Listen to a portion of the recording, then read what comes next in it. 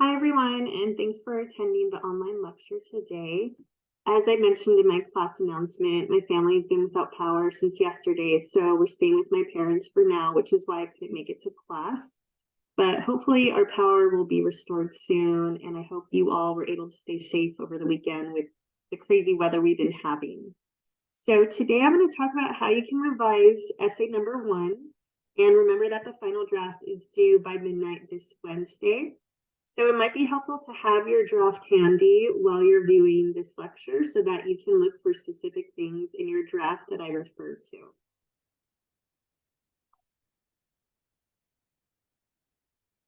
So just to review, I went over last week the writing process, and this is also in the Little Seagull Handbook. And remember, I talked about how the writing process isn't always linear as it's outlined here. Sometimes you do have to go back a step, or you might skip ahead a step. And I want to review the different stages of the writing process. Some of these I'll review more quickly than others because we've already spent time on them. And some of them, like taking stock and revising, I'll spend more time on because we haven't gone over them yet. So generating ideas is usually the first stage of the writing process. And we've done this in class through our discussions, and also you may have brainstormed while you were reading chapter 2 of America Now. So I'm not going to spend too much time on this. I want to jump ahead to developing a thesis statement. Even if you already have a thesis statement in your draft, you may have been given feedback that you need to revise it or make it more clear. So keep in mind, your thesis statement should indicate your main points. It should also identify your topic and the specific claim you're making about the topic. So our topic for essay number 1, as we all know by now, is freedom of speech on college campuses. And as I asked you in the essay instructions, your writing task for this essay is to explain whether or not you think speech should be entirely free on a college campus. So it may be helpful if you're revising your thesis statement or you're having trouble writing one to state the topic as a question. And you can see the question here on the slide. In other words, you would ask yourself, should speech be entirely free on a college campus? And depending on how you feel, that will form your thesis statement. These are just some options in the light green, and your thesis statement may look a little different from these, which is okay. But some of you may take the position that speech should be entirely free, meaning no restrictions. Some of you may feel that it should not, or you can word it differently and say, perhaps most speech should be free, but there should be certain limitations. So as you can see, each of those statements takes a position on the topic, and it's clear what the writer's stance is. And remember, I mentioned in class that some of you may feel you fall somewhere in the middle of these two extremes. So speech being entirely free with no restrictions, or speech having a lot of restrictions. So keep in mind, as we discussed in class, you're stating an informed opinion that's not a fact. So reasonable people will disagree with you, and that's okay, because the goal of this type of writing is not to completely convince others to agree with you, but rather you're constructing an argument that is sound and well supported. So going back to the writing process, last week we talked about getting response, which is what we did during the peer review. Some of you also met with Stephanie or Sabina or a writing tutor to get response in your essay. And if you submitted your preliminary draft on Canvas, I also gave you feedback. So now we're going to talk about what do you do with the feedback you've received. For some of you, I noted on your draft that you should work on organizing either your essay or specific paragraphs. So it's not enough to have a clear thesis statement in your essay, but you also want to provide reasons of support for your thesis statement. So some of you, I said, Keep in mind that you should be answering two questions in your essay, which are how or why. So in other words, rather than just stating the claim over and over that there should be free speech on college campuses, you want to answer the questions, why should speech be entirely free? And you can do this throughout your essay. Or let's say you took the position that there should be certain restrictions. So you would answer the question, why should speech be limited? And you can also answer how it should be limited. So what would that look like? If you recall the example I gave from Stanford University, they developed a list of words that they thought the university community shouldn't use online. So what would it look like at CSUN if speech were to be limited in some way? And no matter what opinion you give in your essay, you want to make sure that you're supporting that opinion. Each paragraph in your essay should have some type of support. It doesn't necessarily need to be a quote from the book, although it's important to include references to Chapter 2 of America Now, but you don't necessarily have to have a quote in every single paragraph. So here are some other ways that you can support your ideas. Experts and authority, that would refer to quotes that you are using from the book. Remember, you don't need to do any outside research for this essay. You could also use statistics that are mentioned in one of the articles. You can give examples. You can use any of the examples I gave in class. You could use examples you come up with on your own, or examples that you've seen out in the real world. You could also discuss your personal experience with this topic, especially if you've had experiences with free speech on the CSUN campus. And you can also give hypothetical examples. So for instance, if you're arguing that speech should not be restricted, you can give an example of the possible consequences that can occur if we start restricting what people say. In terms of how you organize your essay, this is a suggested format. You don't necessarily have to use it, but if you're struggling with organization on your draft, or I noted that your essay needs better organization, this is an outline that you can follow for your final draft. So usually you want your thesis statement to appear early in the essay, such as in the introduction. It doesn't necessarily need to be the last sentence of the introduction, but it should appear early in the essay. Then in your first paragraph, you can discuss your first reason of support and follow that up with a supporting detail. And then you can follow that same structure throughout your essay.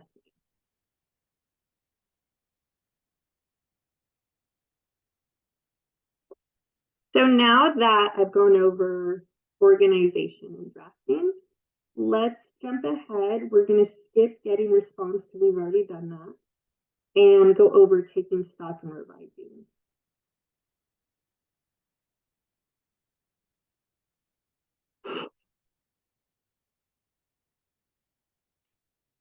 So taking into consideration all the comments you've gotten on your essay, whether they're from the peer review or my comments on Canvas or a tutor's comments, you want to evaluate all the comments you've received with an open mind. And also consider everything that you've been told, especially if you were given similar feedback from more than one person. But you don't have to necessarily incorporate all the suggested changes that you were given. You want to think about which comments make the most sense to you and which comments can you disregard. I would pay special attention to any comments you received about anything in your essay that wasn't clear to the person who was reading it, or something that they couldn't understand. Because if you have sections in your essay that a reader couldn't understand, or they took away a different meaning from what you meant, those are definitely things you want to revise. So the goal of revision should be to sharpen and polish what you already have done. Some students at this stage do need to start their essay over again, especially if they are off topic or they didn't write about what they were supposed to. But for most of you, you're going to be working with you already have, and you want to focus on specific aspects of your essay rather than trying to redo the whole essay all at once. In terms of reading over your drafts, these are the areas for improvement that I saw for the class as a whole. But of course, you want to look at the specific comments you got on your essay and make note of those. Sentence structure, topic, sentences, and transitions, paragraph organization, and development of ideas. I'm going to go through each one in more detail. In terms of sentence structure, these are the issues that I noticed that most people had on their drafts. But again, you want to look at your draft and read my comments to see what specifically I noted for you. So run-on sentence, sentence fragments, or just any phrases or sentences that I marked as being unclear. I would recommend reading over these and working with either Stephanie or Sabina or a writing tutor to help you revise them.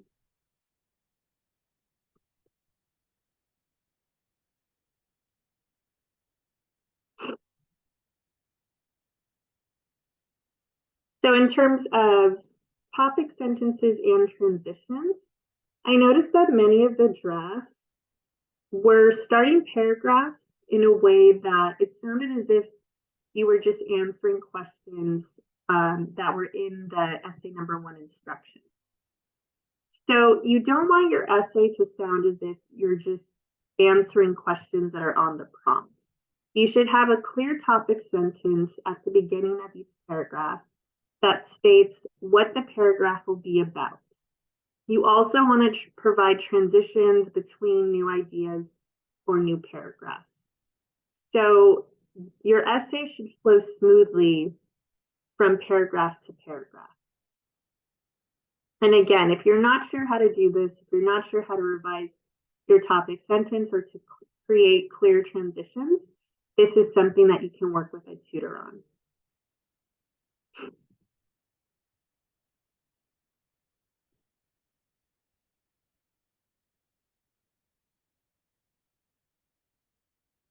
In terms of paragraph organization, you want to make sure you're discussing one idea or topic per paragraph.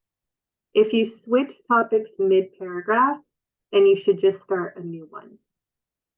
There's also a very good section on paragraph structure in Little Seagull that I would recommend reading if I noted your paragraphs need better organization. I believe it's section W5 in Little Seagull.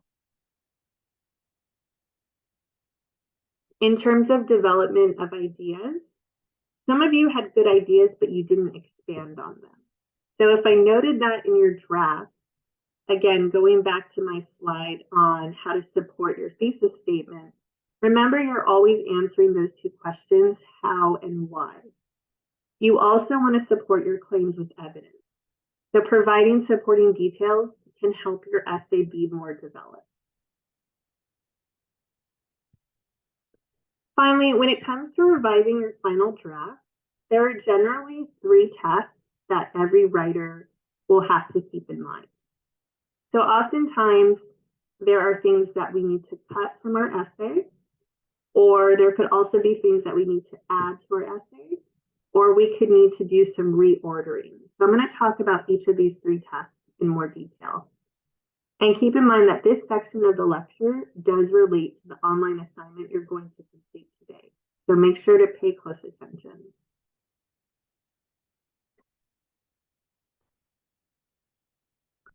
So if you will be cutting things from your essay when revising, that will help sharpen your essay's focus.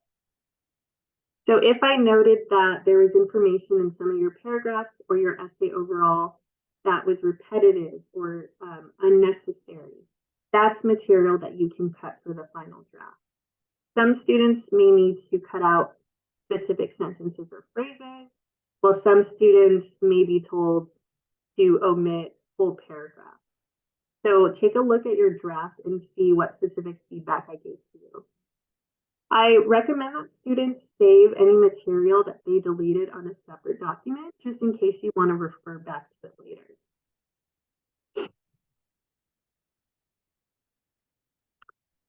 And some of you might need to add in more material, especially if you're taking out sentences that are repetitive and it makes your essay too short. Or some of you might not have enough supporting details to begin with. So adding new material to your essay can strengthen a point you are making or clarify information. And oftentimes we need to add in more details for our ideas. We might need to add supporting evidence for our claims. Or as I noted when I was talking about paragraph structure, you might need to add in clear transitions for your paragraph. The final task, which is reordering, has to do with reorganizing material that's already in your essay. So some students may need to reorder the sequence of the paragraph, so the information in which you're presenting information in your essay. Or some students might need to reorder sentences that are within a paragraph. If there's a lot you're having to reorganize in your draft, I would recommend just starting with a blank document rather than trying to work within your existing essay, because that can get too confusing or overwhelming. So what you can do is open up a blank Word document and copy and paste one paragraph at a time and work on reorganization that way.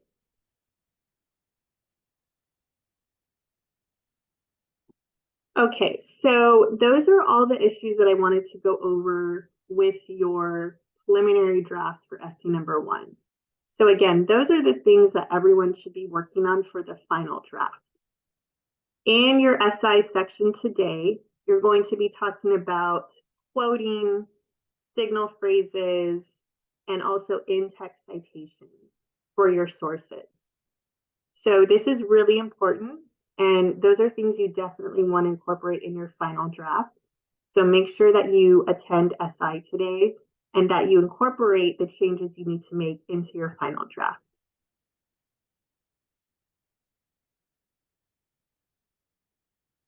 What I'm going to do now is jump on Canvas and go over the assignments that are due today. So after you've viewed this lecture, you will go to modules and specifically go to the module for this week, which is week 6, and complete the revision plan for essay number 1. So you have until midnight tonight to complete it. And keep in mind that this assignment cannot be completed until you view this lecture. So once you've viewed my lecture, you're going to explain what your revision plan for essay number 1 is. And there's 3 specific questions that you'll answer related to that. So once you are ready, and this will be available today after 11 a.m., you will complete this assignment and submit it on Canvas.